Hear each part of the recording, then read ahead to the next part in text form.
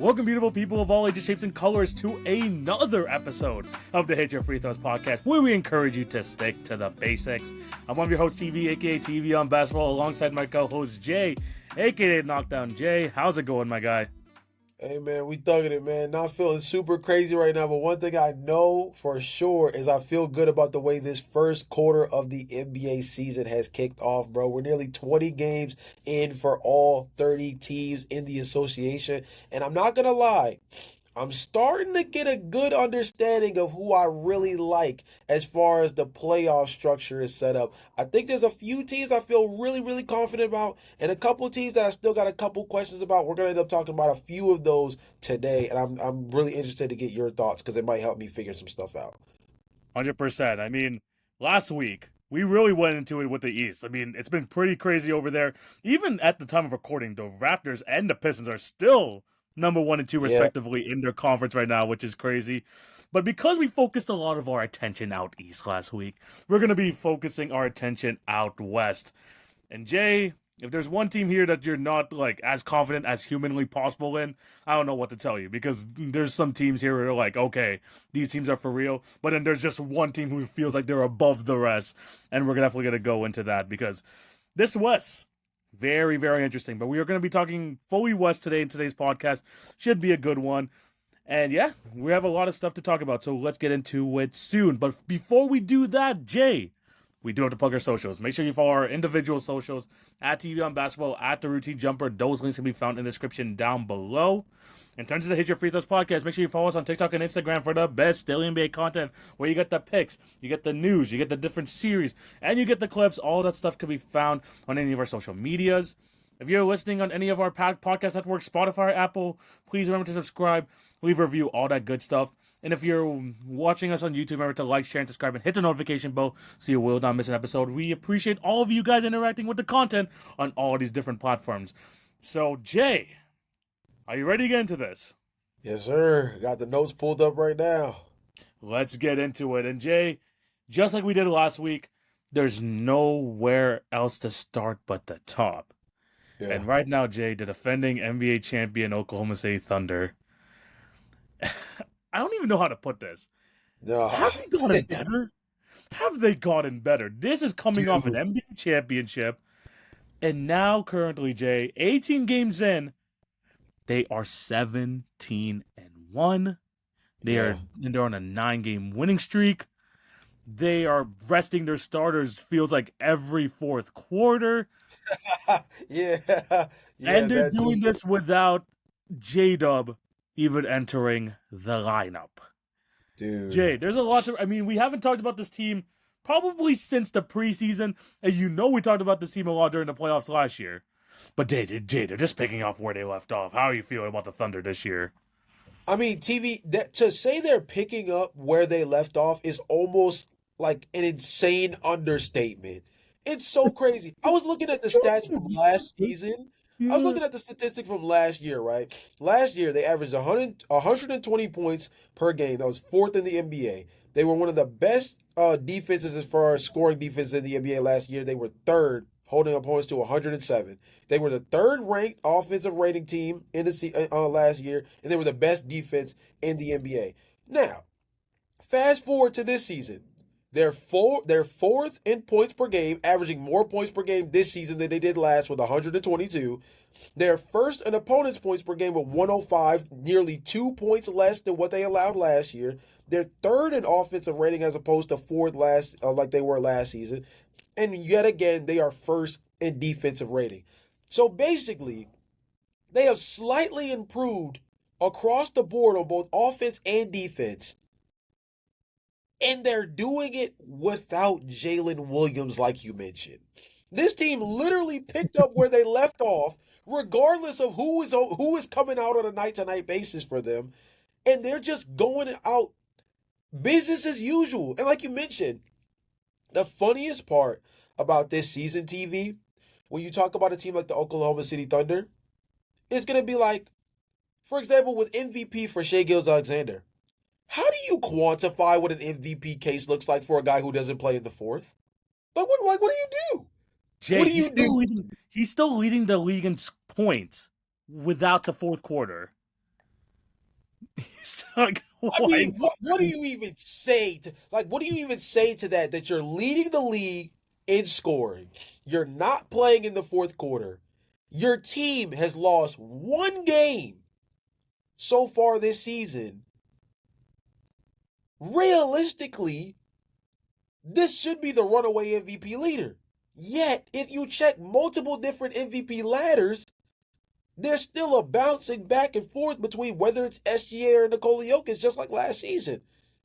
But all the stats say this should far and away be SGA's most, the easiest coast to an MVP we've seen in the last 3 years that he's been really at that level. Yet, I think the fact that the man doesn't play fourth quarters is somehow hurting his case, which sounds insane because you shouldn't have to play a fourth quarter where you're blowing the folks out by 20. Yeah, it's absolutely insane. And like you mentioned, Shea Gilgeous-Alexander not playing the fourth quarter, buddy, that's not helping your case, which is insane to think about. But it's just a testament to how great the Thunder is. You mentioned Yeah, them only having that one loss. They lost to the Trailblazers earlier this year, Jay, and they came back the other night and just slapped them by 20 plus. yeah, No problem. Again, another game where Shea Gilgeous-Alexander, Chad Holmgren just didn't play the fourth quarter.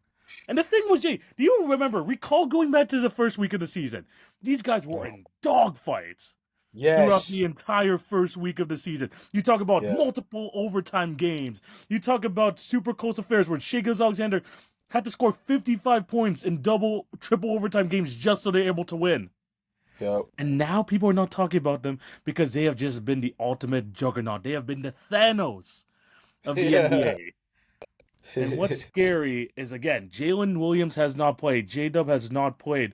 We've had Alex Caruso miss multiple games. Lou Dort hasn't really Yeah. fully gone to the season yet. Yeah. But, and I'm going to point to this.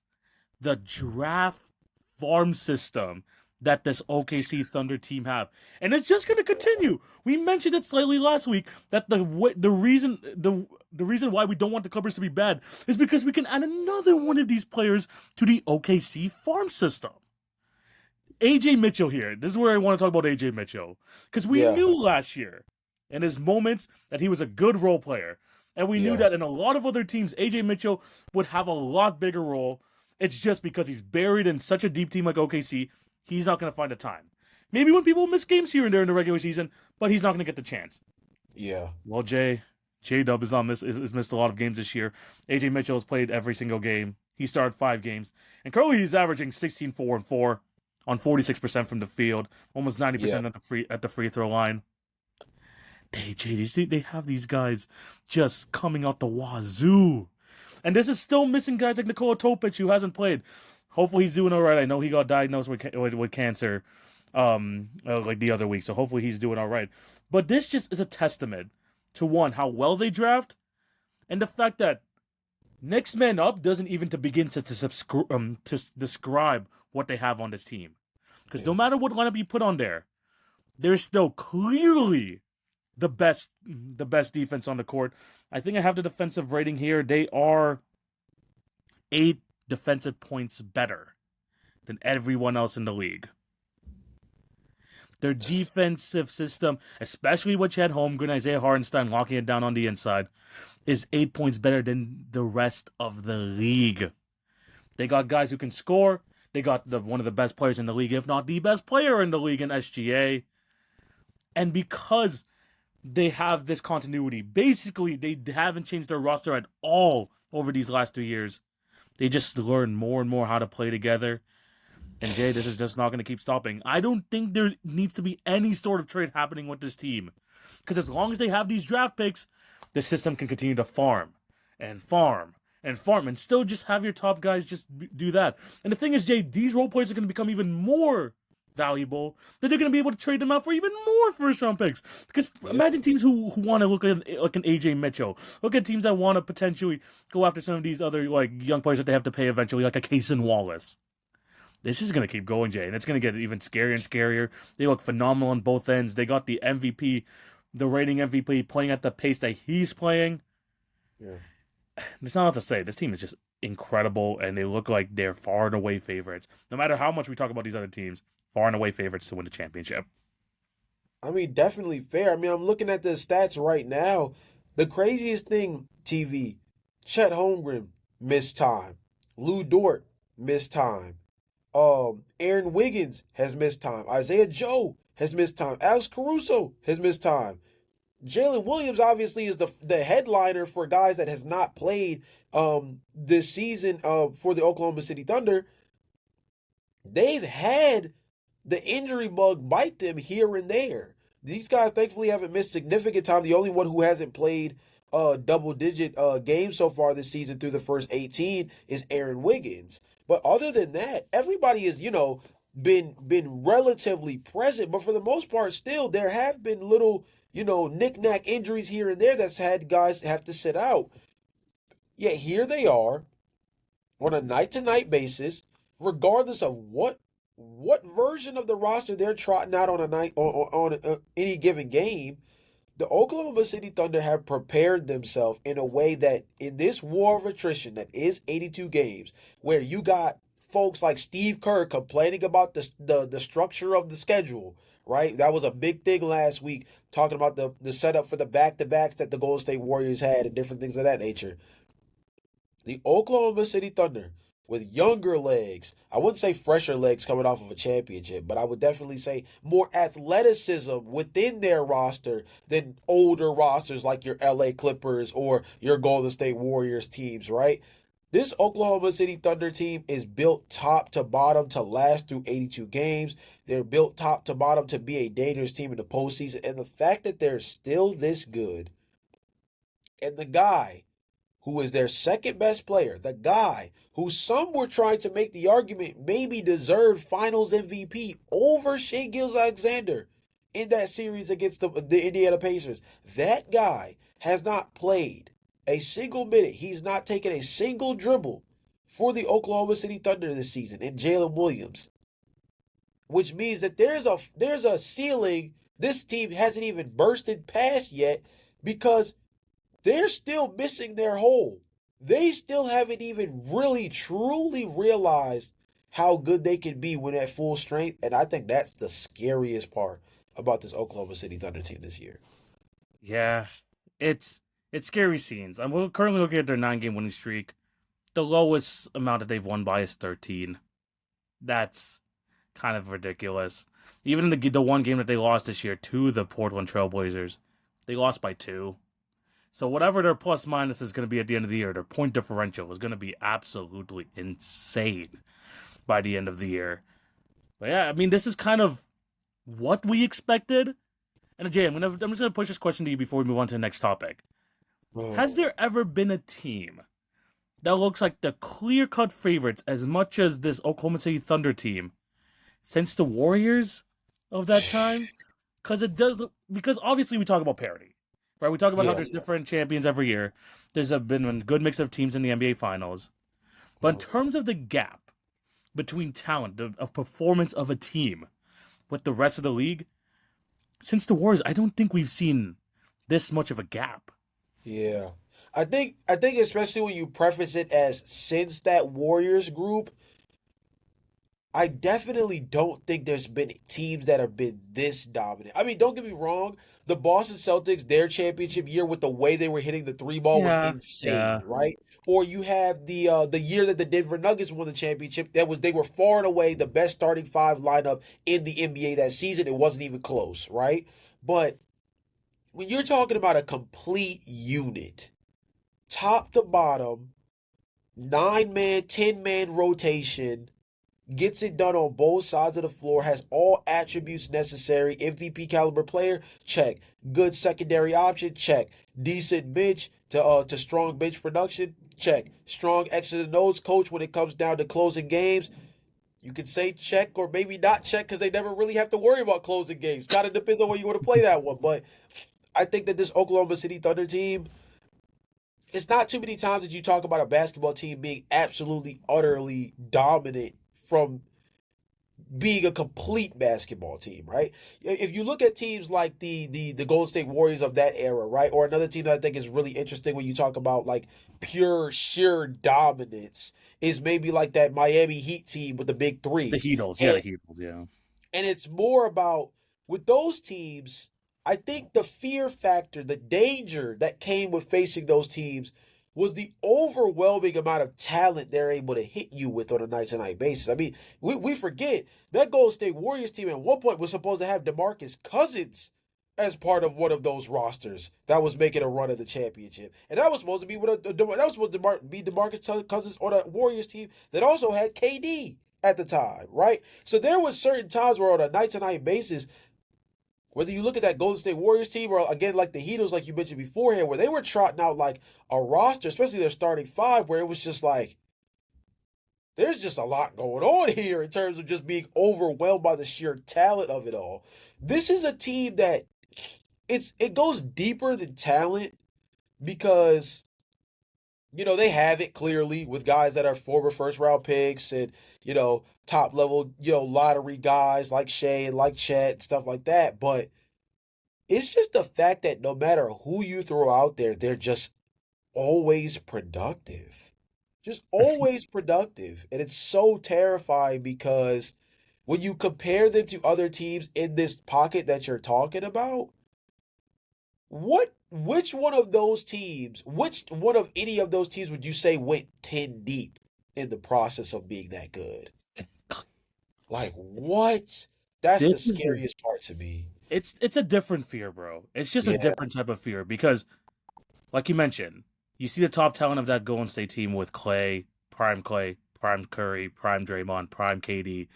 And at some point, you were hoping again. You were hoping that Jamarcus Cousins would be part of that. And of course, when the big three came together, people were saying, "Oh, they're ruining basketball." These guys are ruining basketball in a completely different sense, where they took yeah, for real. advantage of the minuscule brains of other executives and just had them build the team for them Yeah, because they didn't trade for name value. They have a great farm system. They yeah, know how to draft, and constantly they just keep churning out these guys that look like championship contending pieces. yeah, And the thing is, teams will still trade for them because they're like, "Oh, AJ Mitchell doesn't deserve this many minutes. He definitely can provide a role in our team. Oh, maybe we can have Casey Wallace be a starter in our team. We could take a chance and give them a first round pick." And Sam Percy's in the background saying, "Yes, yes, give me more of these so I can continue this way of thinking for the next how many ever years." They do what we do in NBA 2K and think, "Okay, we could just gather a bunch of draft picks and eventually we'll just like figure out a team ourselves." yeah. Now they don't have to make trades because they could just continue to do this. This feels truly in the most soccer sense possible, by the way, where they just have an academy and they just Yeah. continuously just Yeah, keep that gaining is a good. players. Yeah, that's. I think that's a good comparison, bro. I think it's so scary when you think about. Again, I think it's really important that you keep using that phrase "farm system" too, right? Because this is done internally. There's no cap in Internally. their rap on this one. This is not one of those where they went out and got a top name free agent and he really moved the need. Nah, it wasn't any of that. Shea Gilgeous-Alexander had only been in the league one season when they got him from the LA Clippers. You know what I mean? Yeah. Like this is a roster that is truly built, tried and true. Chet Holmgren, yes, is a blue chip prospect drafted number 2 overall. Yes, Jalen Williams was drafted in the lottery as well, somebody that was considered a high level prospect, despite the fact that unless you were really in the weeds as an NBA draft expert, you weren't really hip to Jalen Williams coming out of Santa Clara, given the fact that when you play in the West Coast Conference, if it's not Gonzaga, you tend to kind of like get overshadowed a lot, right? So the Oklahoma City Thunder have been able to do this in such a unique way, and TV, it's so crazy, bro. You mentioned Nikola Topic. They also missed out on Thomas Sorber out So of he's Georgetown, who they injured for the drafted year, this too. yeah. He's injured for the year. TV on podcast while you were talking during your section prior, I went on to Take a Thought and simmed the Take a Thought NBA draft lottery 3 times. 2 of the 3 times the Oklahoma City Thunder landed with the second overall pick, taking Cameron Boozer out of Duke. I mean, you can't make up the type of terror that is coming, and we're living in it in real time with the Oklahoma City Thunder team coming off of a championship, having a real chance to run it back, and then maybe adding a top 5 pick to the group. I mean, you can't make this stuff up. Yeah, no, they've come out with some of the ultimate hack here in in the NBA right now, and this is gonna keep going. You 100% trust that Shea Alexander is going to be a year-on-year MVP candidate. Chet Holmgren's just only going to get better as time progresses. Isaiah Hartenstein, yes, you might not have him on your team for much, like at least to pay him that much longer because the contracts of Chet and J.O. Dub is gonna hit. That's is gonna hit at some point. But you just know they have guys there. You know that Thomas Sorber is waiting to be used at some point next year. Even if he's not even playing next year, the year after for sure. There's it's a bright it's such a rare occurrence, and I can't even think of an occurrence like this in NBA history where you have a team that is clearly on talent on paper, continuity wise, the best team in the league, and they could just continue to do this over and over and over again. And again, this is a different fear than it was in the other teams because you knew that those teams had a shelf life. You knew that they can only pay so many players. And in this system, Thunder don't have to because they could just continue to trade all these great players that they have and continuously just get more and more talent into the door. And because you can trust their coaching staff, because you trust Sam Presti, they know what they're doing. So you can just continue to do that year in, year out. But Jay, we got to look at the competition because at this point it's like the Thunder and the rest of the West right now. Yeah. It's Thunder, it's the Thunder and the rest of the West. And Jay, we're gonna look at some of these teams because some of these teams are having really good years. I don't want to sweep them under the rug. There's been some really great teams coming out the Western Conference, and probably, as you've seen us talk about on the podcast multiple times, that the champion is more than likely gonna come out the West. But the fact that the Thunder are creating that gap is absolutely crazy. So Jay, what we did here is we're dividing up the contenders out west into three separate groups. And we're going to talk about one, how they're doing this year, how like we think that they're looking like, and then how they match up to the Yeah. Oklahoma City Thunder. Because clearly that's the barometer right now. It's like it's just simple as that. So Yeah. Jay, we're gonna look at the first category of teams here, and it's the teams that you expect to be making these deep Western Conference playoff runs. The teams that are kind of, dare I say, the Western Conference staples. That's the Denver Nuggets and the Minnesota Timberwolves. And what I mean by that is the Denver Nuggets and the Timberwolves both been in multiple Western Conference finals these last few years. The Denver Nuggets won the NBA championship in 2023. So Yeah. you knew, like, a year in and year out that these teams were going to be competitive. They're going to be very good. And it's been the case so far this season. But Jay, we got to start with the Denver Nuggets because they got the multiple time MVP, the guy who, even though Shea Alexander is dominating in three quarters, Nikola Jokic just continues to dominate in ways we still cannot imagine he's doing it Yeah. this year. And this Nuggets team is probably the most complete team they had since they won the championship. And they're still clearly the number 2 team in the West. Yeah. Jay, the Denver Nuggets, how do you feel about them and how do you feel they match up to the Thunder?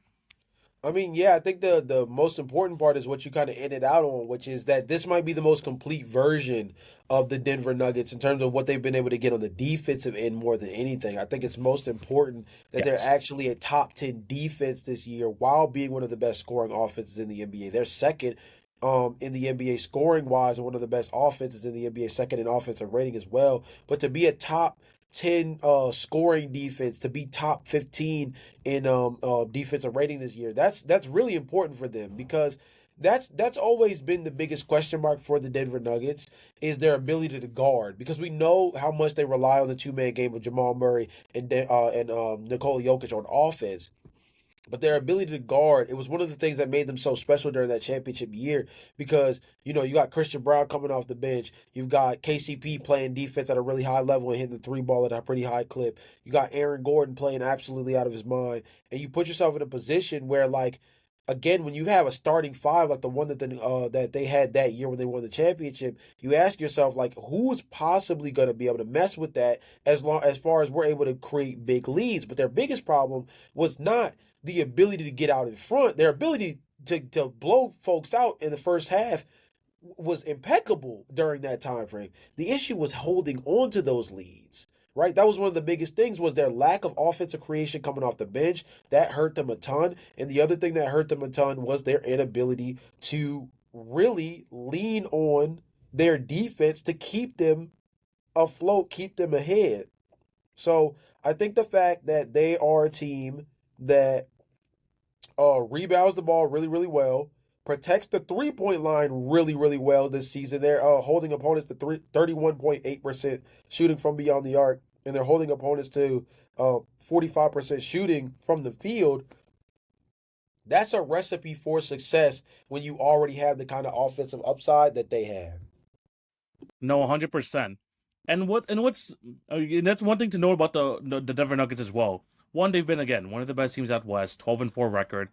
Yes, they have some tough losses. I'm looking at you, the Sacramento Kings game. I'm looking at you, the Chicago Bulls game, which I know Jay and I have talked about that game earlier this season. But we saw this Nuggets team take the OKC Thunder team to 7 games. We've seen them really go tick for tack. I know this is not this year's OKC Thunder team, but at the same time, we've seen that Nikola Jokic could give them problems. And we saw the Thunder really trying to go different methods and trying to stop Nikola Jokic to the point where they had to have Alex Caruso defend him in that game 7. And clearly that worked. But at the same time, you can't hold on an MVP during a 7-game series. You just really can't. The difference this year, and like you mentioned, it's the release fouls. Because now they got Cam Johnson, who hasn't been shooting the 3 ball very well this year, but he's like I have a feeling he'll his averages will start to go back up. Julian Strother had some massive moments in the playoffs last year. We've seen proven playoff performers for them in the past, like Bruce Brown returned to the team. They got Tim Hardaway Jr., who actually had a pretty good playoff run with the Detroit Pistons last year as well. So compared to last year, yes, they are more well equipped. They are still one of the top defenses in the league. They might be the only team that they're going to face in the Western Conference where you could say that Nikola Jokic is probably going to be the best player in a 7-game series compared versus an SGA. And we've seen it this year. I mean, Nikola Jokic, we just got to mention this: 30 points a game, 11 assists, and 13 rebounds. That's absolutely absurd what he's been able to put up on 63% from the field, 42% from 3, and 85% at the 73 true shooting percentage. Just and he's top 3 in the league in steals. He's top 3 in the league in steals. I know he's still not, the best rim protector, but Nikola Jokic just continues to defy all expectations every single year. But what I like seeing from them so far is that at least they have the combination of the 3 of Aaron Gordon, Jamal Murray, and Jokic that know how to win a championship together, that know how to play together over these last 3 or 4 years, and they have an improved bench. So, yes, they've dealt with some injuries too, but at the same time, at least with the Nuggets, probably compared to any other team that we talk about here today, we've seen them go up against this Thunder team, and they put up a damn good fight. Yeah. It's just that game 7, you could see the Thunder just absolutely take the life out of the Nuggets, which they seem to do with every team that they face. But this Nuggets team, probably more well-equipped compared to last year to take on this Thunder team. Yeah, especially when you think about how the 3 ball is landing for some players on this team, right? Like, again, you mentioned Cam Johnson not really getting that going so far this season, and that's really important to point out because of the fact that his inconsistency from 3 is going to be a big X factor for them come the postseason, right? Like, he's going to have to be a real floor spacer for this team in order for them to be successful. Especially because Michael Porter Jr. was a consistent 40% 3-point shooter in all of these playoff runs as well.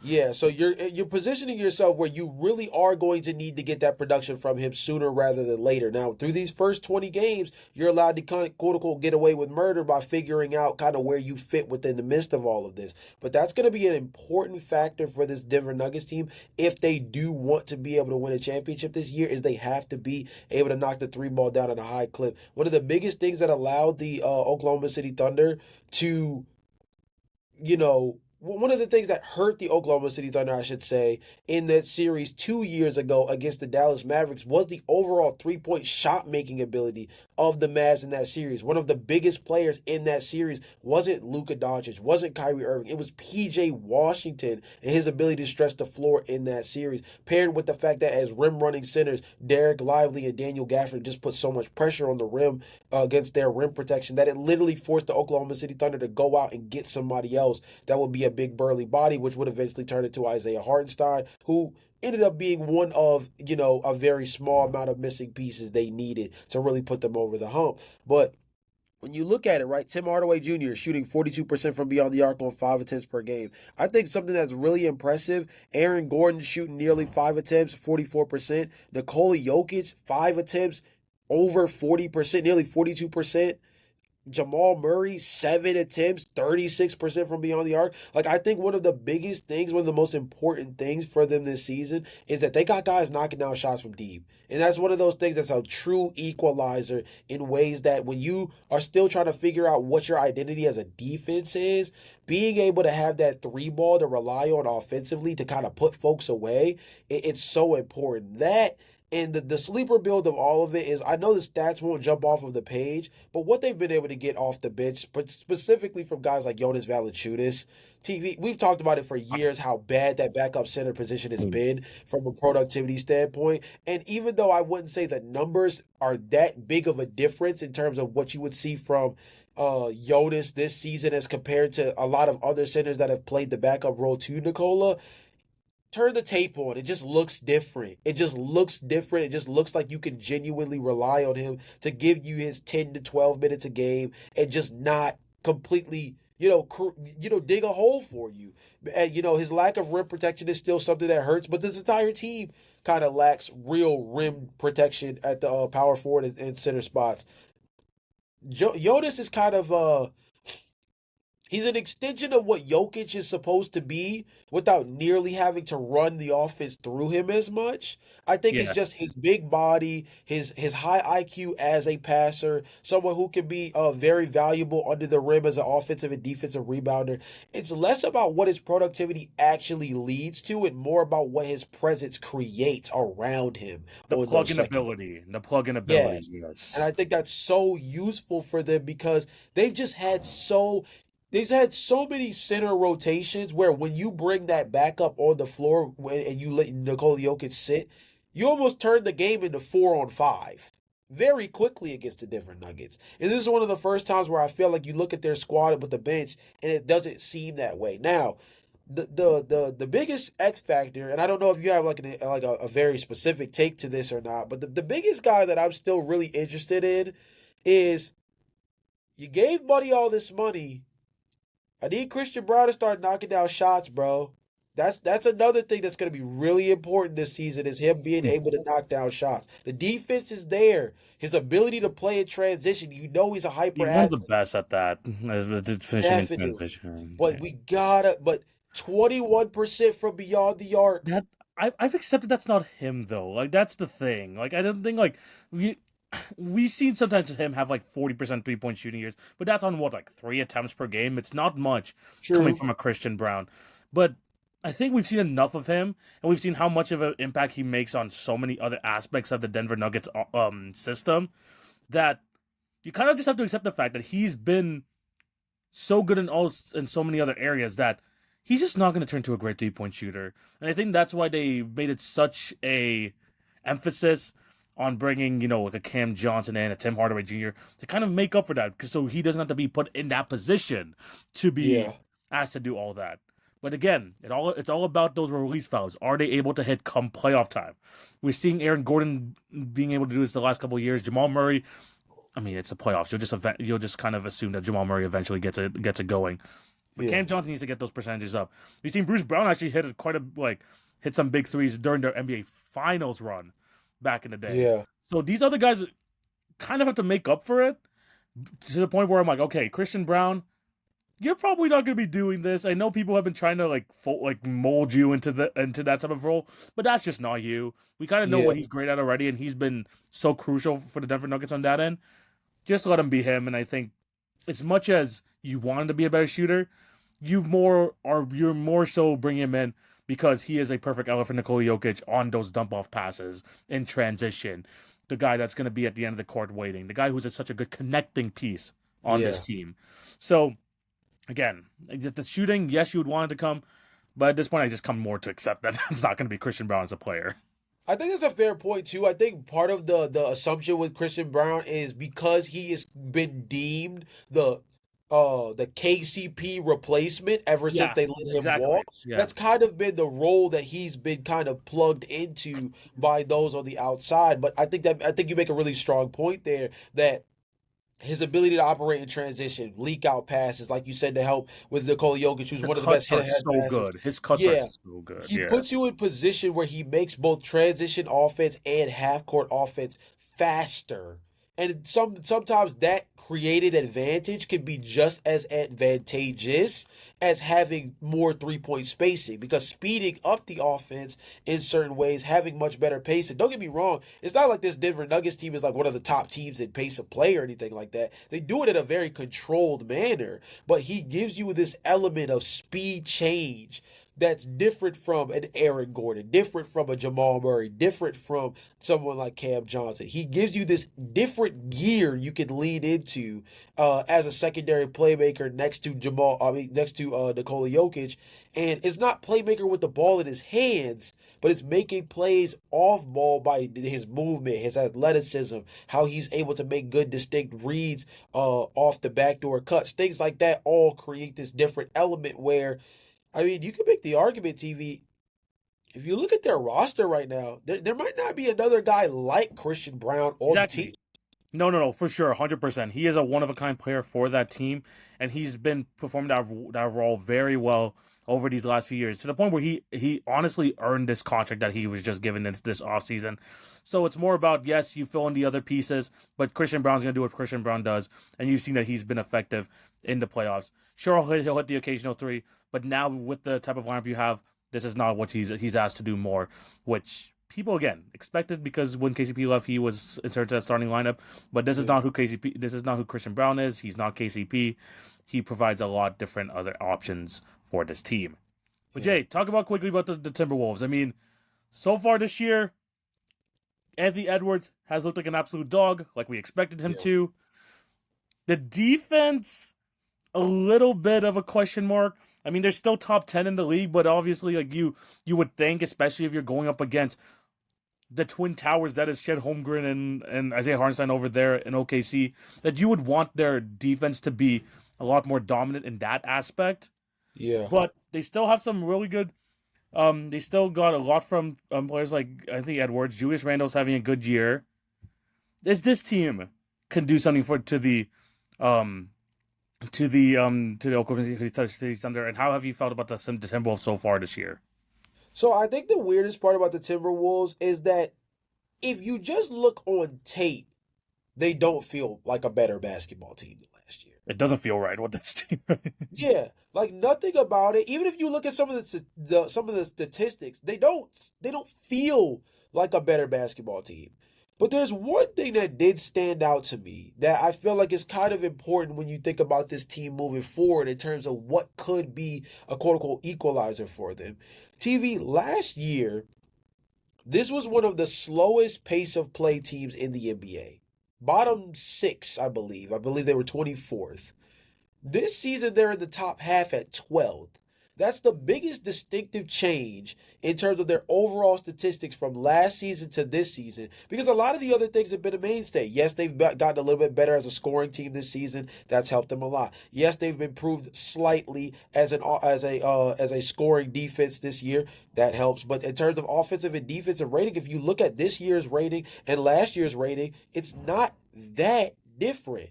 This year, they're seventh on offense and seventh on defense. Last year, they were eighth on offense and sixth on defense. Not too much of a distinctive Yeah, change, exactly. but the biggest change of anything is that pace of play. And I wonder if that has something to do with the fact that this team just needs a different wrinkle to maximize the athleticism they have on the roster. Maybe that's the thing that they didn't really exploit a lot on this roster last season, or not exploit, more so, let's say, like lead into, utilize, really thrive within, right? Because think about the athletic profile of some of the guys that you have on this roster. Anthony Edwards, Yeah. top level athlete, obviously. Nas Reed for the 4-man position, I think is a big time athlete. Somebody else who I think is really Jaden. slept on is Jaden McDaniels as an athlete. Someone who's getting a lot more tick this season that screams athlete is Terrence Shannon Jr., right? As well, who, has only played 7 games so far this season, but they're gonna really rely on him when he gets back, when he's fully healthy healthy and gets right, he's going to be somebody who I think can be really important for them too, because Terrence Shannon is kind of acting as, one of my favorite players in the league from a role player perspective, Nickeil Alexander-Walker. He's over there killing it in Atlanta right now. Terrence Shannon Jr. is supposed to kind of be playing Mr. Replacement for him, and I think he has the upside to do that. I think he has Yeah. the upside to do that, but you have to lead into what makes this team solid, what makes them great, and I think what can make them better is what they're starting to do, which is leaning into being a faster paced, more athletic team. They got a good athletic profile on this roster. Now, the biggest question, the most important question to me is one that I'm interested in what your answer is. Think about some of the teams that we've talked about so far this season. The Houston Rockets, we had questions about them not having a real point guard, right? The Milwaukee Bucks, granted, they've gotten a real great arrival of a season from Ryan Rollins this year, right? But we still have questions, right, about who that secondary shot creator could be on a consistent basis. Is Ryan Rollins really going to be the guy that's trusted to be able to carry an offense next to Giannis Antetokounmpo on a night-to-night basis? I'm saying all of this to say that there's a couple of teams in the association right now that we have big questions about, with the point guard position being the biggest hole. I feel as though the Minnesota Timberwolves are in that pocket of teams that are a point guard away from really putting themselves in a conversation where we could talk about them near a team like the Oklahoma City Thunder. I think it's not a coincidence that when the Ja Morant stuff first came up, which that's died down, tempered a little bit, but when the Ja Morant trade rumor scenarios first started to spiral, one of the teams that was thrown out, despite the fact that you look at their roster and you have to ask yourself where in the world the trade scratch was going to come from, just financially, Ja Morant was a name that came up, and it's because I think they know, like how we know, that the point guard position has still been very lackluster this season. I think it has a lot to do with the fact that I think it has a lot to do with why they've relied so much on Dante DiVincenzo to almost play a pseudo point guard role so much this season. They did it near the end of last season too. You got to remember that with like Dante Yeah. DiVincenzo. They tried to kind of already kind of pre him for this to happen. So we've seen that with him. I wasn't on board with the whole John Morant to the whole Timberwolves situation, but then when I saw LaMelo Ball, that's when I was like kind of like thinking in my head like maybe, maybe because like you mentioned, they have been staring at that point guard position over the last what 2-3 years at this point. At least Like, the last two. the The last last two, few. you can make the argument. And I love Uncle Mike, but let's be honest. You can make the argument that the two-man point guard spot of him and Rob Dillingham has been easily the glaring hole on this roster that has cost them the last two Western Conference Finals. You can make the argument. The lack of ball handling has probably even cost them. Jay, do you remember they freaking lost to the Suns the other night when they were up by 9 points with a minute left and they just Yeah, completely collapsed? yeah. Ball handling might have really helped in that situation. But at the same time, right? So I think people are thinking, like you mentioned, where's the trade passes going to come from? Where's the money going to come from? And I think it lies solely on what you mentioned, which is the pace of play that they're playing. Are they starting to move away from the Rudy Gobert sort of like defensive structure? Ooh, that's a good way to that's a good route. That's a good route to kind of discuss because he is the biggest question mark, and He's the biggest, but the thing is, he could be one of the most impactful players come to playoffs, but he can also be one of the yeah, biggest deterrents come to playoffs. yeah, It's a weird thing to give Rudy Gobert, and on this podcast we've talked about how much impact he has on the defensive end. yeah, Well, with the pace of play that you're saying has been increasing, and the fact that Julius Randle and Anthony Edwards have been giving you the offensive production that you need him, and they're giving you a combined 50 points. It's not much more you can really ask for on that end. The point guard position is where they're sorely lacking. And when you look at John Morant, someone who can thrive in a high paced offense, LaMelo Ball, same thing, except you can add the 3-point shot to that as well as probably better playmaking. Maybe you sacrifice a Rudy Gobert, and you have Naz Reid as there to fill up those minutes. Maybe you can trade for another backup center at some point. The money is there. I think the trade can happen. It's just whether these guards on the market are the ones that the Timberwolves are really willing to go to. Because especially LaMelo Ball, I think fits this timeline perfectly of this team. Absolutely fits the timeline. So, yes, I'm looking at this Timberwolves team. Yes, I still think they're super talented. I'm still super high on them. I said they were going to be a 51 team. I still truly believe that. Yeah. But more and more, as you see every single year, that point guard position is glaring. It is absolutely glaring, especially on a playmaking side of things. Someone who can really calm things down. I mean, we got a good year of that from Uncle Mike a couple years back, but since then, slow aggression, and that's what you were hoping Rob Dillingham can jump. And Rob Dillingham can jump into that role. That's just not him, bro. That's just not who he's gonna end up being in this league. Unfortunately, I think he can still find himself a good place in this league. I think he can still be a damn good scorer. But him being kind of the lead guard for your team going forward probably isn't the best. The probably not the best way moving forward. I think a trade is if any team is going to trade for one of these point guards on the market, it's going to be the Timberwolves, and I think it's a good chance too because the value's low on some of these guys, and you have some mixture of young pieces, some contracts that can really be intriguing to some of these organizations.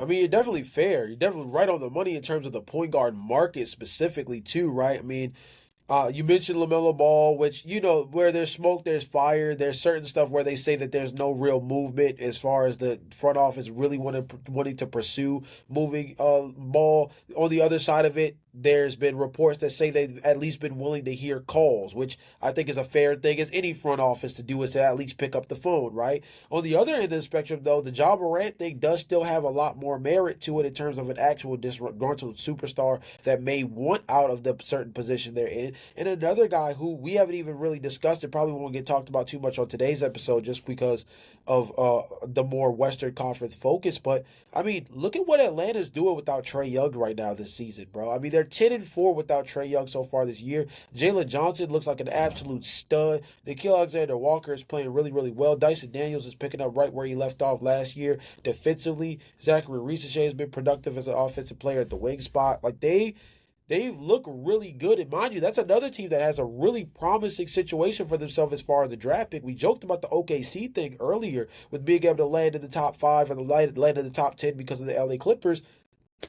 I mean, the Atlanta Hawks might get gifted a Darren Peterson or something of Yeah, that ilk because of the situation going on with the New Orleans Pelicans and what took place with that trade during draft night that gave the Pelicans Derek Queen, who's been a solid player, but might mess around and give the Atlanta Hawks another really key piece in what could be a post Trae Young Atlanta Hawks squad. So there's definitely plenty of star power, at least in conversation, to be on the market at the point guard position.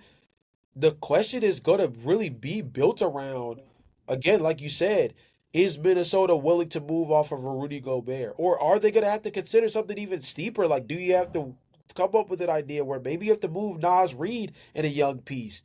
But are you willing to, excuse me, are you willing to do that? That's another thing. Rudy Gobert, if I had to think about the three teams that we discussed, Minnesota, Charlotte, and Atlanta, the team that might be the best as far as not necessarily the trade package, but the team that would feel the most warranted to want Rudy is probably Atlanta because of the fact that Rudy is just still kind of like ready made for a team that needs that wants to win now, and Charlotte is definitely not there, and they're kind of growing with Ryan Kalkbrenner as their starting center right now, who's been really good for them so far this year, and mentor, then mentor over there for Ryan Kalkburner. he could be a. I think that's a good way to look at it. I think it could be an interesting way to look at it because they do. But I mean, they also have Musa Diabate, who's been really, really good as a rim protector for Solid, yeah, them he's been coming solid. off the bench. And then when you look at a team like Memphis, yeah, I would you can make the argument that maybe they're more of a fit as far as quote unquote win now, but I do wonder what that looks like with Jaren Jackson next to him. Does it look more like how Jaren looked next to Steven Adams, which is a really good fit there, Yeah, right? And does fit in terms of your mentor tag, in terms of what you were saying about the Ryan Zach Kalkbrenner thing. Edey with It Zach does Edey. work with Zach Yeah, Edey a little bit more, Edey, and maybe yeah. that one fits a bit more, right? So that could be an interesting conversation with bringing the Minnesota Timberwolves thing up. And then you have Atlanta, who again, like I said before, outside of Onyeka Okongwu, Kristaps Porzingis is not signed long term either. He's another player. Him and Trae Young both do not have contract extensions that go beyond next season. So I believe Kristaps Porzingis comes off the books as of this summer, right? Yes, So this summer, their yeah. center position is pretty vacant outside of Onyeka Okongwu. That could be a really interesting way to fill that depth without necessarily having to overcommit too much, right? So but again, to go back to your main point, and to go back to I think what the main point of this section of the pod is about the Minnesota Timberwolves being that point guard spot, the mark is there. Minnesota has to kind of go into do or die mode as far as what they're willing to do. But I do agree. If there's one thing I agree with more than anything, if they are to get any deal done, the conversation is going to start with Rudy Gobert. It will. 100%, 100%, 100%. But yeah, at least with these teams, you know that they've been able to make some deep playoff runs. Both of these teams went up against the Thunder last year. The Nuggets super close to getting it done. It's just that Game 7 was kind of rough, and then the Timberwolves got absolutely mollywopped because there wasn't really much there besides an Anthony Edwards, and they were just, and then yeah, the Thunder just absolutely took apart their inside presence. So interesting that those two teams are there. I think they're going to continue to be kind of lurking around, as contenders out in the West. Will they do anything to the Thunder? We have to wait and see. It should be very interesting. But Jay, moving from the Western Conference staples to what maybe I would consider the last dances, maybe. I would say the last dances in terms of especially like the top end talent for this team. Not for a couple of these guys. Obviously, there's two young teams here with an old star next to them that we're gonna Yeah. talk about. But for a lot of these, like especially for the old guard, it's gonna be a last dance, and I'm talking about the Lakers, obviously with LeBron James, the Yeah. Rockets with Kevin Durant, and the Warriors, who even though they're 500, I still believe should be mentioned in this mix. Let's start with the actual last dance team, though, Jay. The Golden State Warriors looking pretty rough. The disconnect between the youth and the old guys seems further than ever. Brendan Pajemski has looked absolutely awful this year. Jonathan Kuminga, after a great start to this year, is becoming more and more of a scapegoat again, and the trade rumors are starting to pick up. Yeah. Steph Curry's having a great year, and he's only missed a couple of games. But even though Jimmy Butler, Draymond, and Steph have been on the court together, this team hasn't been able to figure it out in the first quarter of the season. How are you feeling about them? Yeah, I mean the biggest thing for them, right, is that they know there's a formula that works for them. The question is whether or not they're gonna lean into it or not, right? I think this is a big case of the two timeline scenario not working again, right? Again. And they got away with murder by winning a championship in the midst of that with Jordan Poole and Jonathan Kuminga and Moses Moody at the forefront of what still was a very productive Golden State Warriors team that season. But again, even that year, they were built off of the infrastructure of Steph Curry being insane, right? Klay Thompson being insane as a three-point shooter still in terms of floor spacing, having someone like Draymond Green, and then Aaron Wiggins played absolutely, I mean, excuse me, Andrew Andrew. Wiggins played absolutely out of his mind, right, for an entire postseason. Really longer than that, the man made an All-Star team that year. Yeah. So that goes to tell you how crazy that team was, even in spite of their youth. This is another situation where I think they have to just be better in spite of their youth. TV is statistically proven this year. They have a positive net rating, a positive double digit net rating when Steph Curry, Jimmy Butler, and Draymond Green are all on the floor together. I believe it's somewhere around like plus 11 or something insane like I saw that. plus 12, but yeah, Like, it's around there, yeah. yeah, it's somewhere around there where, like, Yeah. when those three guys are on the floor, they are highly productive in terms of being able to get things done on both sides of the floor. The issue isn't that your main guys aren't playing well. This isn't Steph Curry is starting to inch towards the cliff. This isn't Draymond Green all of a sudden forgot how to be a top 15 defender in the league. This isn't Jimmy Butler, trying to coast his way through a regular season. They're playing relatively well. The problem is they're not getting the production from anywhere else. One of the saddest things for Golden State Warriors fans this season has to be the decline of guys like Moses Moody, who I thought showed a lot of promise last season, Brandon Pajemski, who I thought really kind of was starting to carve out a real role for himself, and a guy who maybe I'm a little bit higher on, but like maybe overall Golden State Warriors fans might not be super crazy about. I don't know what the take on it is, but like you just really thought that when they let Kevon Looney walk, that they were gonna open the floodgates to let Trace Jackson Davis really kind of grow into this rim protecting role, and it's just not there. Yeah. They don't have a true operating center on this team that gives them real valuable minutes because Quentin Post isn't really getting any real time either. And last season, he was kind of a diamond in the rough pickup as a stretch big for them that was kind of playing this like, you know, very light version of the Milwaukee version of Brook Lopez, right? Stretch five that had a little bit of rim protection ability, could guard in space a little bit, but wasn't the most insane offensive threat. But you couldn't just leave him wide open, otherwise he'd give you a couple splash mountain shots from beyond the arc, right? That was what Quentin Post brought to the table last season. He just has not been that this year. Their lack of a center their lack of a sitter is hurting them both in terms of rim protection and in terms of having a real presence underneath the basket on offense. And they're having the same problem they've had, dare I say, in the entirety of the Golden State Warriors era as far as Steph Curry is concerned since they became, real contenders. Which is, if Steph's not on the court, Steve Kerr don't know how to coach. I don't know what happens. I don't know what the dilemma is. I don't know what to really point to specifically. But this has been a staple for years, and Golden State Warriors fans will vouch.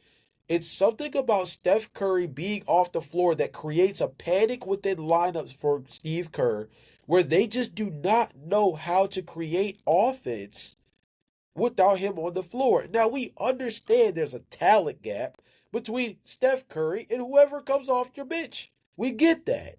But on the other end of the spectrum, this Golden State Warriors move the ball, share the basketball, not monopolizing possessions. That ball movement structure that made them so dominant for years was supposed to be the type of thing that alleviated this kind of pressure from a second unit to not be so worried about having to play Steph Curry ball without Steph Curry on the floor. Yet for some reason they just struggle to thrive without him on the floor. I'm not saying they gotta win the non-Steph Curry minutes. All I'm saying is they shouldn't be getting whooped in the non-Steph Curry minutes, and that's been killing them, especially this year. You shouldn't be a bottom 10 offense with Steph Curry in your lineup, which this Golden State Warriors team is. And what I've been noticing with this team is weirdly, because we're doing this in like relation to the Thunder as well. Like we talk about the farm system the Thunder have had, and literally everyone could kind of fit into that system.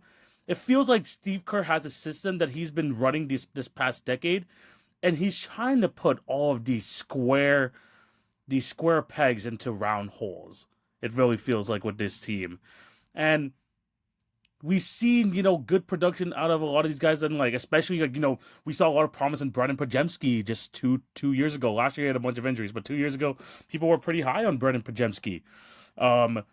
Moses Moody still a 42% 3-point shooter. I saw him had freaking like 7 threes in a quarter the other night, so he still has that ability. But clearly, this team doesn't have the necessary supporting cast in order to compete with some of these top teams in the West. We already talked about the Denver Nuggets. We talked about the Minnesota Timberwolves and how they have 4 to 5 guys they can truly trust in playoff minutes, maybe even more than that we've seen from years past. Besides these 3, Jay, is there anyone else you're trusting here? Even Al Horford at his tender age of 38, 39 years old, are you trusting him to play some real playoff minutes for this team?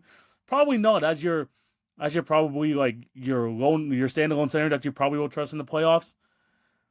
They have a really good top 3, and this goes to the fact again, them still trying to figure out this whole 2 timelines thing. If you're going to commit to the last dance, commit to the last dance, because Steph Curry is still looking phenomenal. They say they don't want to waste these years.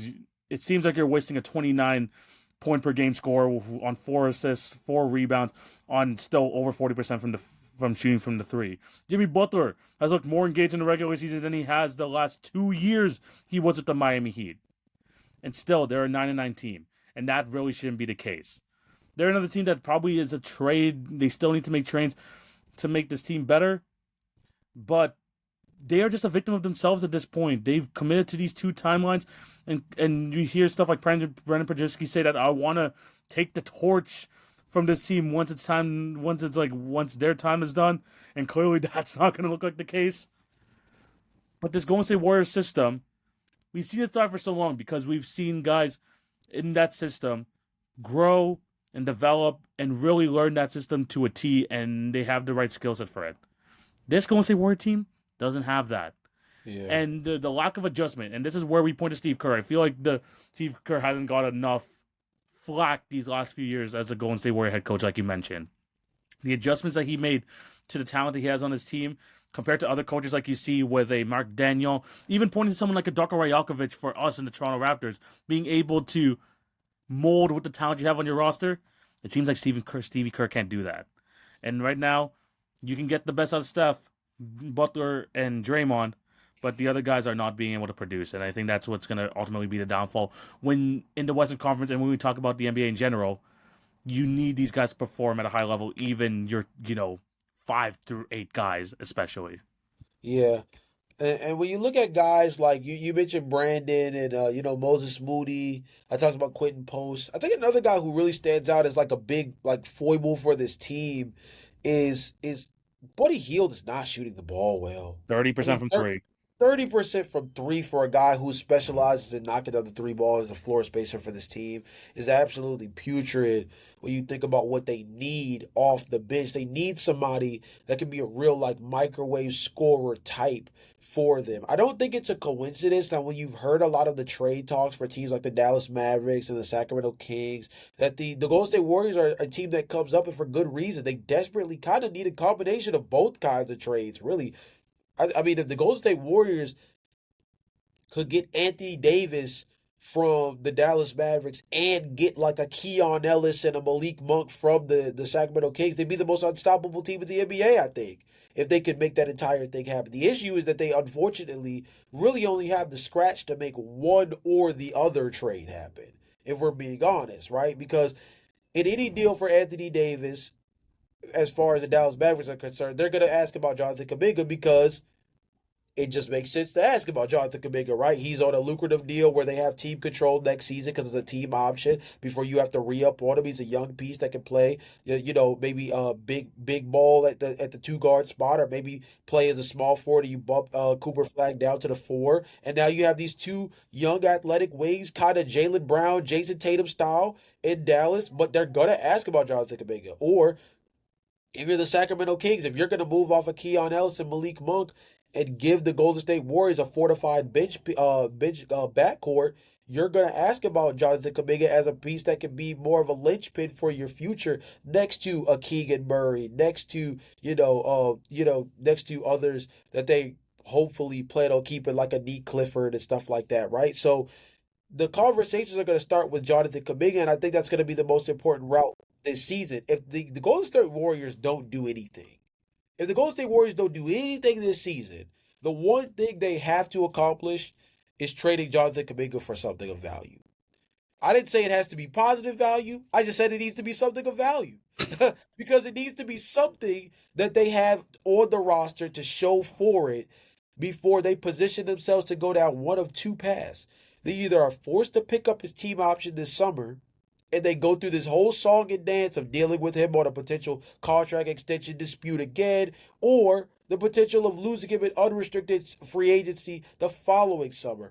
Or if they drop his team option this upcoming summer, he just becomes an unrestricted free agent in the summer of 2026, and you lose him for nothing there. So you position yourself to either add to your drama or position yourself to lose him completely for no value at all and have taken that drama on one way or another. If the Golden State Warriors don't do anything this year, they need to trade Jonathan Kuminga, and by doing that, it's also an admission that the two-timeline process is not going to work in this iteration of the Warriors, but it will at least show that you're committed to maximizing the last steps of Steph Curry in this time with the Golden State Warriors, paired with Draymond Green and Jimmy Butler. Because let's be honest, it's this year, it is next year.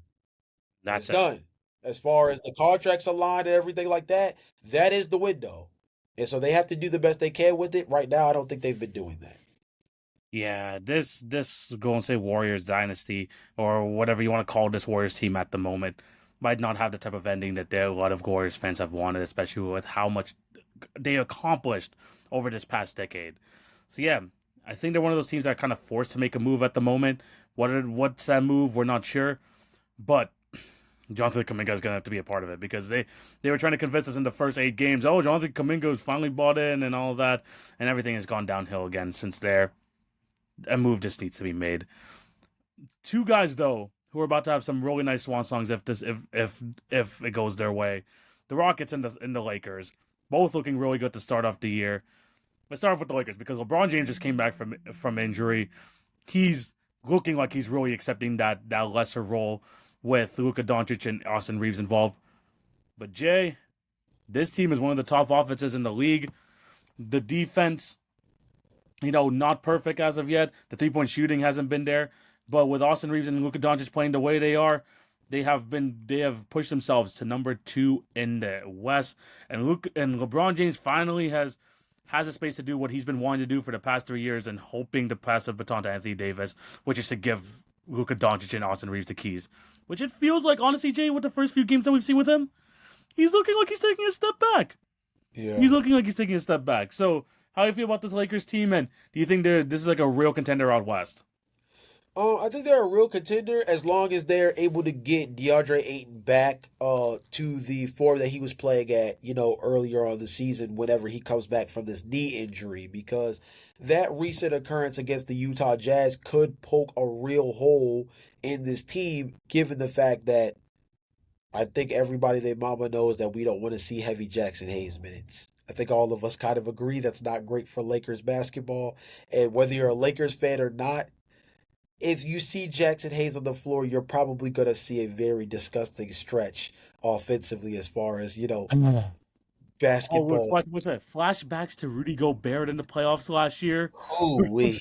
Ooh, Yeah. So I think, ironically, as much as the conversation is going to be about the trifecta of Luka Doncic, LeBron James, and Austin Reeves, I think that what DeAndre Ayton has brought to the table so far this season as an energy guy, rebounder, rim protector ish. Still could be a little bit better, but rim protector ish, energy wise. I think he's just brought a lot of positives to that front court in a way that I think is really important as a back end guy to help be that last line of defense for them, and also be again that real lob threat for Luka Doncic in the pick and roll and things of that nature. So I feel like that's probably just as important. But this Lakers team is definitely a contender in the Western Conference because again, this is the older model of talent building, right? Of roster construction, right? Very top heavy with a couple of defensive guys sprinkled around. You have another guy who maybe plays a little bit above water in terms of like a Rui Hachimura, somebody who I think on a night to night basis can kind of play a little bit beyond what his role is subjugated him to. But you've got Marcus Smart out here getting 7 steals over here and there in games, trying to get, reincarnate shades of his DPOY year. Again, I mentioned DeAndre Ayton, who I think is just trying to do his best, Dwight Howard in the Lakers uniform impression in terms of just being a rim runner, play good defense, and, just kind of be an energy guy in the open floor and transition and stuff like that. Jared Vanderbilt, when he's been healthy, has been an absolute hound as an on-ball defender. I like that from him. I always loved that for him, even dating back to his time in Minnesota. They're good, bro. They're good. They're not deep. They're not deep. they're That's not. probably their biggest issue, right? Is that they do not have real good depth. Gabe Vincent's been okay this season as well. I have to give him some respects. And somebody I don't want to forget, because I'm sure a lot of Lakers fans will absolutely jump out of their bodies if you don't mention it with the way he's been playing so far this year, is Jake LaRavia, right? He's been kind of this little diamond in the rough for him. I'll kind of pass it over to you if you want to speak on that a little bit more. But like they have some guys who understand how they fit their role within this team. But again, as I mentioned beforehand, it is a very, I don't want to say ancient, but it is a very outdated roster construction tactic.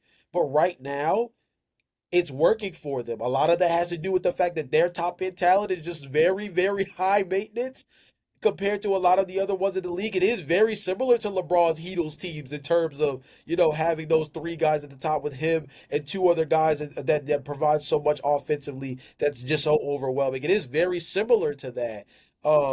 they're doing it in a way that's again quote unquote very outdated, but it's working for them, and that has partially to do with the fact that you have a guy in Luka Doncic who, unlike that Heatles team where LeBron James was the top 5 player in the NBA throughout the entirety of that time frame, LeBron's probably the second best player on his team right now. That's crazy to say because also Austin Reeves is balling Yeah, I as was the gonna third. say LeBron James is probably at least, especially on the offensive end, the Chris Bosh of this team at this point.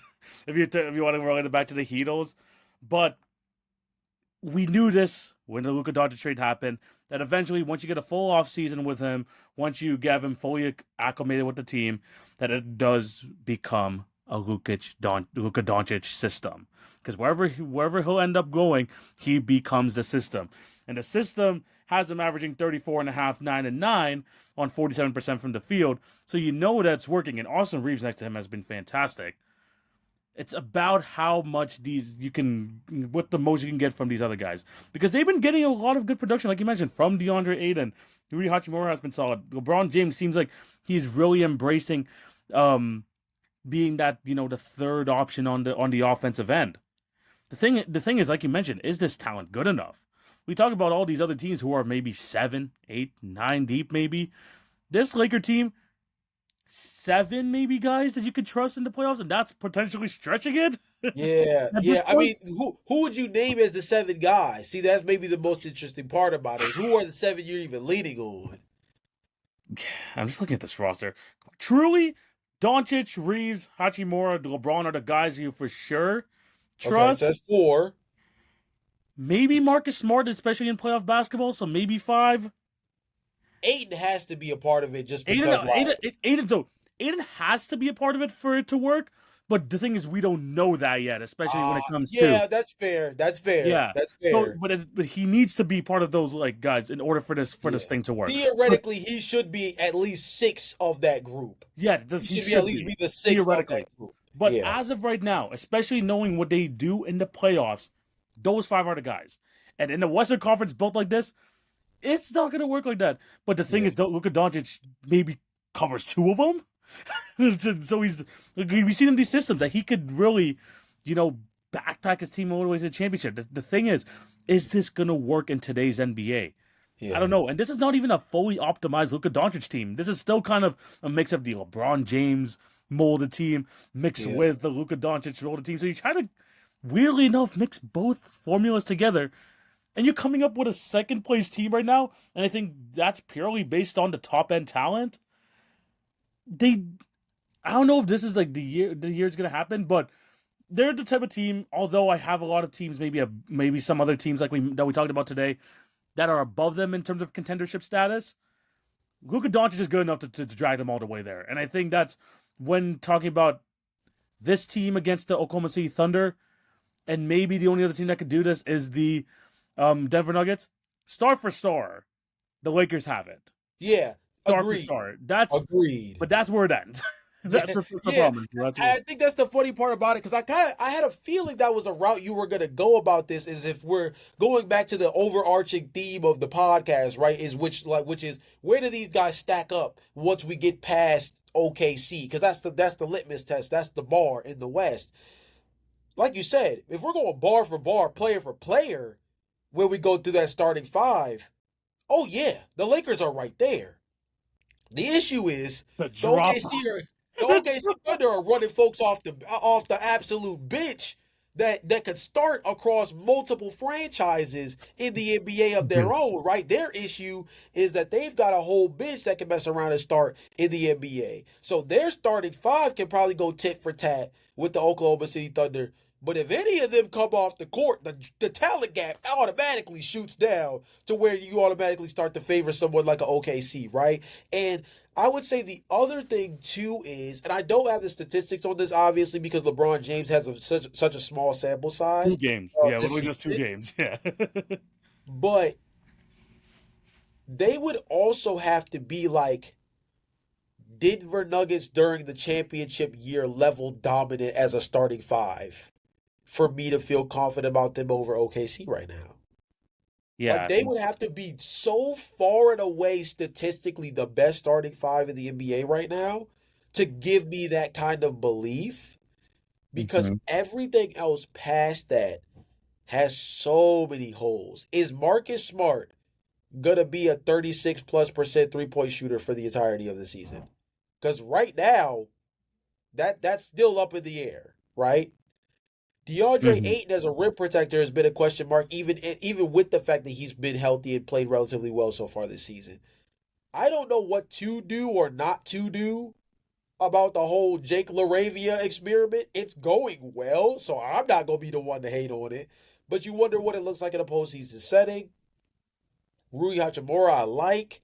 I've said this before the season. I thought he was going to be a big time X factor for them and could mess around and be one of the most important players for them in a postseason run as the fourth option. But I mean, defensively, TV, it's still kind of questionable. Overall, I think it's still very questionable. I think they can be hunted out. Um, and I, I I wonder if the lack of rim protection TV, it's the West, dog. No, it's It's tough. the West.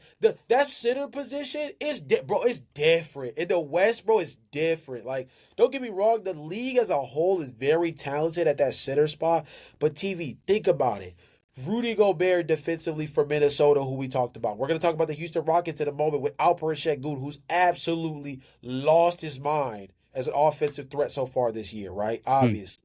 Anthony Davis for the Dallas Mavericks. I don't think they're going to be a factor as far as the postseason is concerned this year, but he's still going to be a menace no matter where he ends up. He could mess around and end up on the Golden State Warriors and be there in a front court with him and Draymond Green. That could be nuts. Like, there's a world where whatever front court the Lakers face in the first round is like an absolute oopsie of a run into because you're like, anybody with an all-star caliber center against our front court from a rim protection standpoint is gonna put us in a blender on both sides of the floor with where the talent gap is between DeAndre Ayton and some of these other top flight centers they're gonna run into. And I'm not just saying talent gap in terms of like, duh, we know Nikola Jokic is Yeah. better than DeAndre Ayton. Not like that simplistic, but even from a scheme fit circumstance, sure, Luka Doncic can put Rudy Gobert on an island and give him the tweed double crossover and attack him in space.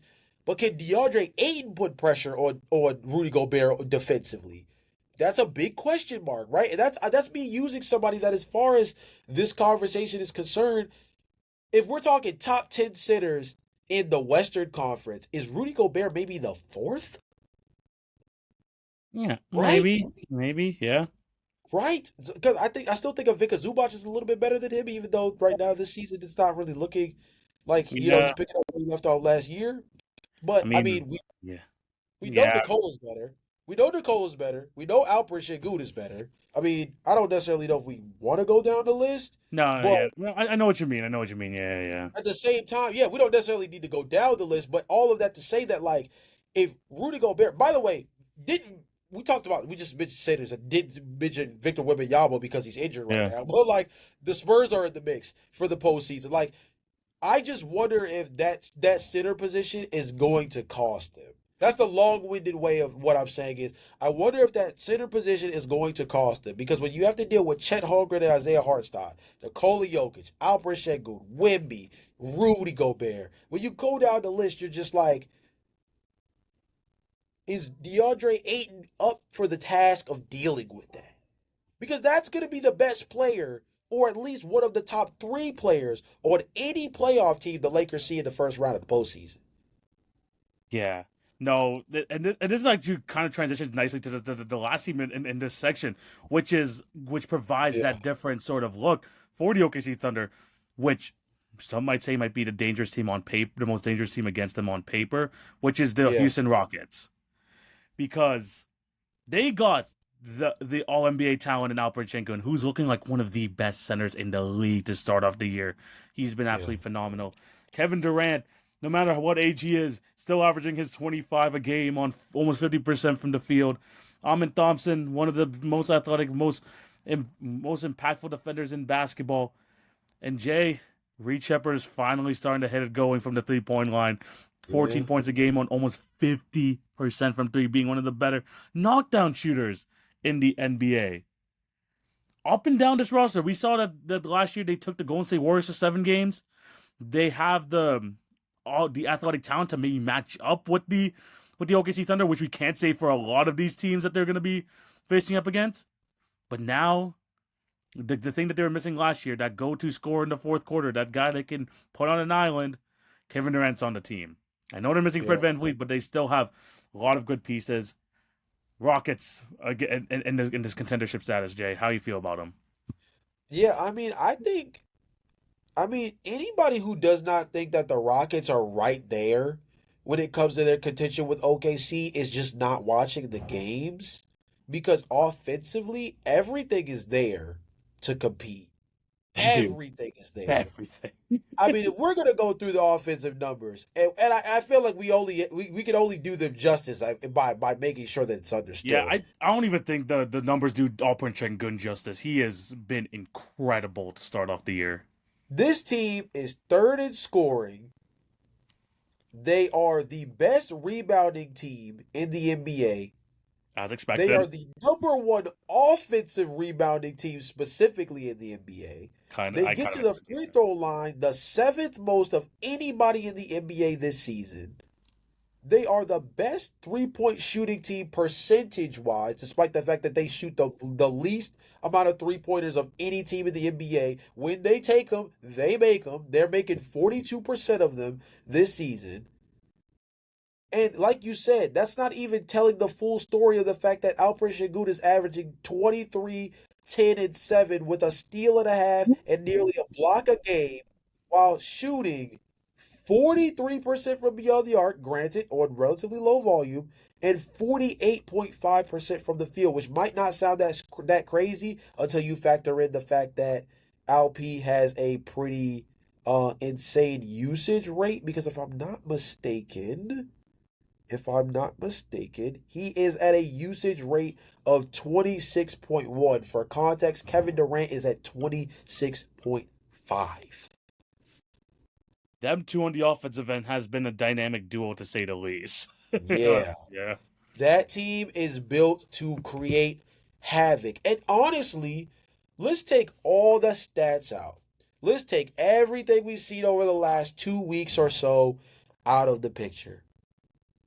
Did everybody watch opening night like I did? Because if everybody remembers the way I remember it, that was one of the most competitive basketball games we've seen so far this season, and that was the first day of the year Yeah. for NBA tip-off. That game went into, what was it, double overtime? Double Came down overtime, yeah. to came down to big time shot after shot, traded opportunities between Alperen Şengün and Kevin Durant in the clutch, and it honestly came down to, if I'm not mistaken, in that game, Amin Thompson went out with like a cramp in the late portion of the third quarter and missed the rest of the game. I think so, yeah. Which, when you recontextualize all of that, and then add in the fact that like Reed Shepherd was not who he was Yeah. back then. Now he's not that what he is now. He was not that back then. To start the season off, he has really progressed through these last two and a half weeks, especially as an offensive option as a 3-point shooter this season. I No, mean, he's shooting what, 48%, nearly 49% from beyond the arc on 6 attempts per game right now. insane. Insane. Absolutely insane stuff for a guy who we were wondering if he would even be able to make it past half court as a ball handler dealing with full Yeah. court pressure from OKC after game one, right? He's really developed into a guy they can lean on as an offensive assistant next to guys like Alperen Şengün, next to guys like Kevin Durant. He gives you another element of offense that they desperately needed, which was someone who can be a reliable floor spacer, especially knowing that Amin Thompson's bread and butter is getting to the rim. If there's any team that I think just top to bottom, if you're going size, you're going athleticism, you're going shot making at the 2-point line, shot making at the 3-point line, most capable in the Western Conference, to go tit for tat with OKC right now, it's probably Houston. I think game one was a great, I think opening night was a great litmus test to tell us just how close that gap really was, how close that gap really is. And I think as the seasons progressed, the records may not make them seem as close as they actually are. But as far as talent goes and as far as how these two teams match up schematically, this is the team to me. This is the team I think has the best chance. Oh no, yeah, 100%. And I'm glad to figure out the offense, which was the question mark, especially when Fred VanVleet went down with the ACL injury before the start of the year. The defense is the one that we're kind of looking at, say, okay, they're gonna get back to top 10 at some point. We know that this team eventually is gonna get to a top 10 defense because of the personnel that they have, because they have Ime Udoka as their head coach. You just know that's gonna get up there eventually. But the fact that the offense is number one right now, that Kevin Durant's getting into his flow, Alperen Sengun looks like one of the best. Jay, I might even just say one of the like an All NBA second team guys so far I to mean, start off he's the year. I mean, now that it's positionless, I mean, Like clearly All NBA, but it could be honestly at this point All NBA second team with the way that he's yeah, playing. I think the floor is second team now that it's positionless. Um, Could be. Without it being positionless, you could you could throw your hands up Yeah. and start to really wonder Yeah. with that one. But Yeah. especially with it being positionless now, I think Alp at his floor is second team All NBA this Yeah. season with the way he's playing. I mean, it's been insane. And the Yeah, but three ball coming along for Alp, that's been a special element of yeah. this season for him. His ability to knock down 3-point shots, it showed in that game against the Oklahoma City Thunder. He was their best 3-point shooter in that game. I Yeah. think he was like 5 of 7 or something crazy like that. He's somebody that I think as he continues to expand his 3-point shooting, and I'm not saying he has to be like a 40% knockdown shooter. I'm saying expanding his range as far as his volume. I think he's somebody that as he continues to put more pressure on defenses that have to guard him from out there, his post work, his ability as a driver this season has looked so much better Yes. in terms of how he looks as a His driver all around finishing with the offensive basketball game this is year. insane. Yeah. He has everything on the offensive end. Yes. Like, out of every year, this is the year he's looked more like a mini Jokic, but he does it weirdly with more force. In a sense, like because like LP like Yes. really uses his like big body sort of movement. Jokic does in a sense too, but he's again a bit more of a grace. But LP Yeah. has been showing that he's like again one of the more dominant centers in the league. And out of all these guys here mentioned, tick for tack, player for player, I wouldn't say maybe the depth is there, but in terms of like playoff matchups, going, how many players are they going to be able to throw at this OKC insane offense? I think that the Rockets are probably the best bet in terms of that, even without a Yeah. Fred VanVleet in their lineup with Tari and Amen Thompson, all these guys. They got the coaching, I think, to match up as well, and now they got the last minutes, that the last four, last 5 minute type of guy, and Kevin Durant. This team has shown, honestly, I'm just happy that the offense is coming along as quickly as it has been because again that was the biggest question mark. It's just now once the defense comes together and now come as the season goes along, this team is going to be super scary. Right now it's like for me OKC, Denver, and then slightly like right there with them is the Houston Rockets. So in terms of teams that are going to be matching up with OKC, and especially with the matchups and matchup bases, the Rockets are probably the best bet that you have. I think a lot of these guys have shown a lot of flashes coming from last playoffs, and they've only looked to improve since then. I think this is the team, like you mentioned, when we go into April, when we go into May, when we see this matchup. If the Thunder don't match up with this team in the playoffs, or if they're able to get by them, they should be. This is going to be kind of their biggest test, and we've seen it in Game 1. And I think as time goes on, this team is just going to continue to get it even more and more. This Rockets team is looking real good to start the year, and this is again without Reed Shepard, not having a great start to the season. Now he's been absolutely knocked down. Kevin Durant finally getting into it. This team understanding still maintain that same sort of rebounding sort of philosophy that they had near the end of last year. Everything's coming together, and it's looking really, really scary for the West. Yes, the Thunder are still the Bears, like we've mentioned throughout this entire episode, but the Rockets are right there. Yeah, Yeah. 100%. I totally agree. Rockets are definitely the one. Yeah. We were going to talk about the Spurs, but again, we want to see more of what they have with Wemby and like Fox probably as we go along. So maybe we might not be able to go into that. So they could be a dark horse, maybe not. But guys, let us know down below what you guys think when we talk about these tiers of potential contenders.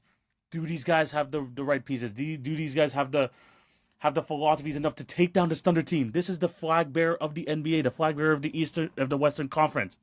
Can these teams catch up? Let us know your thoughts on the Thunder's dominance. Any of these teams that we mentioned, we want to hear your thoughts down below.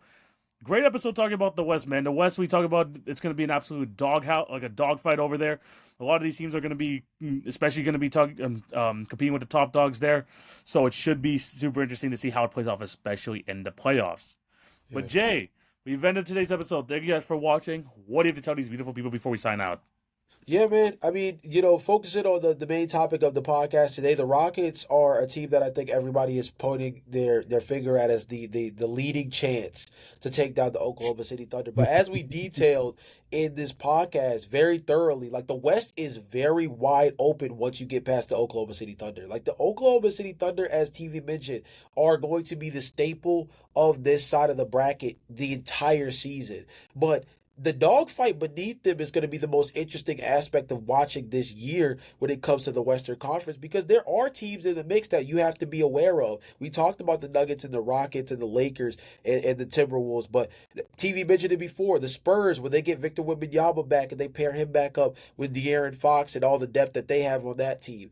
The Phoenix Suns, hey, look, I told y'all, I think they're going to be a team that wins like 40-something games this year. Right now, they're 6th in the Western Conference as of us recording this, 11-6, and playing really good basketball with Devin Booker looking like a bona fide all-star player. The Portland Trailblazers have a most improved player candidate, maybe front runner in Diddy Avdija. They're sitting right there in the 9th place spot, and they could be a real dangerous team that maybe ends up ruining somebody's season towards the late portion of the year, where if it's a play-in tournament chance to go to the playoffs for that 8th seed, maybe the Blazers ruin somebody's end of the year and mess around and sneak into the postseason. And with the way they play defense, they're a team that maybe nobody wants to see in that first opening round, because they're just so much of a wild card playing with not too much to lose. And with Coach Thiago Splitter, they're playing really, really good basketball. So there's a couple of sleepers there.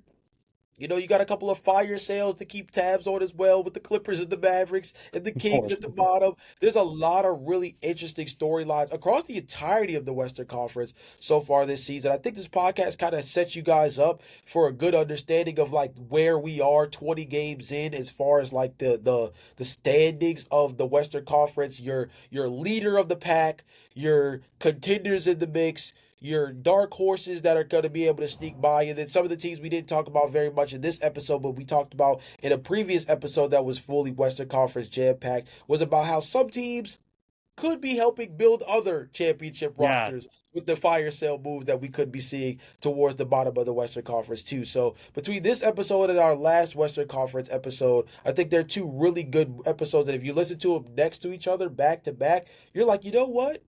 This is going to be a great year in the West. And that's exactly how they should want it, because it's going to be absolutely insane.